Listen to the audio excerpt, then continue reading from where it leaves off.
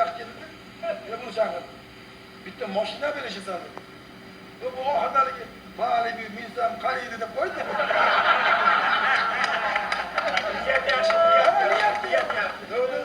Yaxshi keldi shurada bordi. Nima qilaysan? Bitta mali berasan.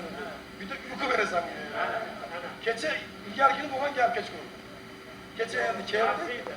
Bugun mana sizlarning ishtirokingizda shu malibu mashinasini topshirsak, uyni kalitini topshirib qo'ysak. Prezident aytgan gap o'sha otilgan o'q uchun muhokama bo'lmaydi. O'zbekiston xalq artisti beraman dedi. Xudo xolasa mana oktyabr oyida nasib bo'lsa ko'rasizlar. O'zbekiston ashula aytyapti. Aytadi. Bu yoqda bu to'g'ri aytadi. Ben aytmoqchiman, nasib bo'lsa Toshkentga oktyabr oyida prezidentimiz tashrif buyurganda yana shu delegatsiya uchrashamiz. Ashunda bu yana boshqacharoq qilib aytadi. Xudo xolasa ashunda men prezidentga oldinroq aytib qo'yaman. Xalq artistiga beramiz aka. Shuning uchun Alloh farzandni dunyoga keltirganingiz uchun sizga katta rahmat. Bu bolalar bilasizlarmi? Ikkita yilda bitta bo'lishga ham xizmat qilayotgan bolalar eng asosiy ishi. Ikkita yilda farzand bola.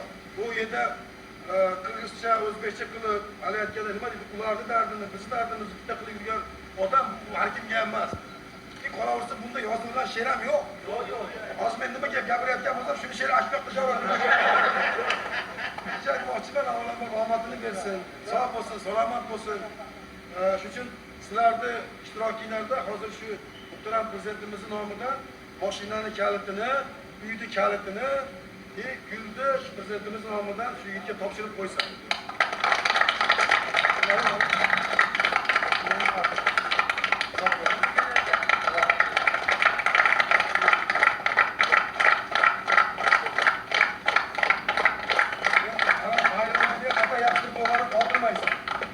Qirg'izistonda ham yo'lasan, O'zbekistonda ham yo'lasan. Voy, ikkinchisi mana uyda kaliti. Qo'rg'ontepada 3 xonalik uy dadalari shu yoqdalik uchun Qo'rg'ontepada 3 xonalik uy kaliti. Qarasiga topshirdi.